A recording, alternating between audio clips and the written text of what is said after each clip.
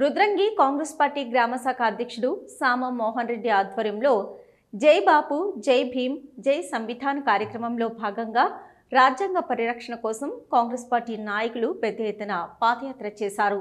ఈ సందర్భంగా market committee chairman చలకల Tirupati మాట్లాడుతూ జై బాబు జై భీమ్ జై సంవిధాన్ అభియాన్ కార్యక్రమం జాతీయ కాంగ్రెస్ పార్టీ ప్రతిష్టాత్మకంగా తీసుకున్న గొప్ప కార్యక్రమమని అన్నారు।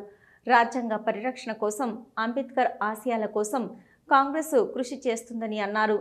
అలాగే ఇంటింటికి వెళ్లి ప్రజలకు దేశంలో కాంగ్రెస్ పార్టీ చేసిన అభివృద్ధిని, అదేవిధంగా రాష్ట్రంలో కాంగ్రెస్ ప్రభుత్వం వచ్చిన తర్వాత ప్రజలకు అందించిన అభివృద్ధి పథకాలకు ప్రజలకు చేరవేసే విధంగా పాదయాత్ర చేస్తున్నామని, వేములవాడ నియోజకవర్గాన్ని ఎమ్మెల్యే ఆది శ్రీనివాస్ అభివృద్ధి పథంలో తీసుకెళ్తున్నారని అన్నారు। నియోజకవర్గ అభివృద్ధిని చూసి స్థానిక ఎన్నికల్లో కాంగ్రెస్ పార్టీని ఆదరించాలని కోరారు। ఈ కార్యక్రమంలో మండల కాంగ్రెస్ అధ్యక్షుడు తుమ్ జలపతి, బీసీసీఎల్ అధ్యక్షుడు గండి Narayana, fax director Kesireddy Narsa Reddy, DCC కార్యదర్శి తర్రె లింగం, గడ్డం శ్రీనివాస్, ఎర్రం గంగనరసయ్య, పల్లి గంగాధర్, ఇప్ప మహేష్ తదితరులు పాల్గొన్నారు।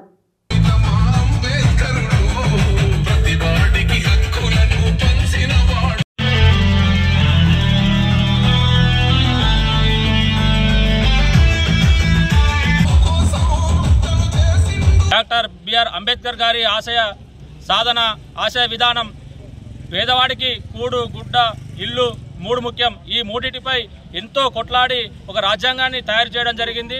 ఇట్టి రాజ్యాంగాన్ని ఈ బీజేపీ పాలకులు పెద్దవారికి తొత్తులుగా మారి పేదలను పాతాళంకు తొక్కే పరిస్థితి వచ్చింది।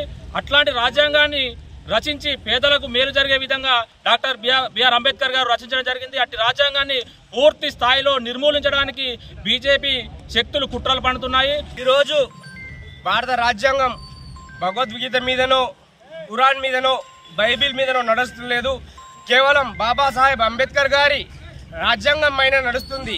ఇవాళ దళిత, బీసీ, ఎస్సీ, ఎస్టీ, మైనార్టీలు ప్రతి ఒక్కరు భారత రాజ్యాంగం మీద ఇవాళ స్వేచ్ఛగా బతుకుతున్నారంటే కేవలం దళిత బిడ్డ అంబేద్కర్ గారి ఆశయాలే ఈరోజు నడుస్తున్నాయి।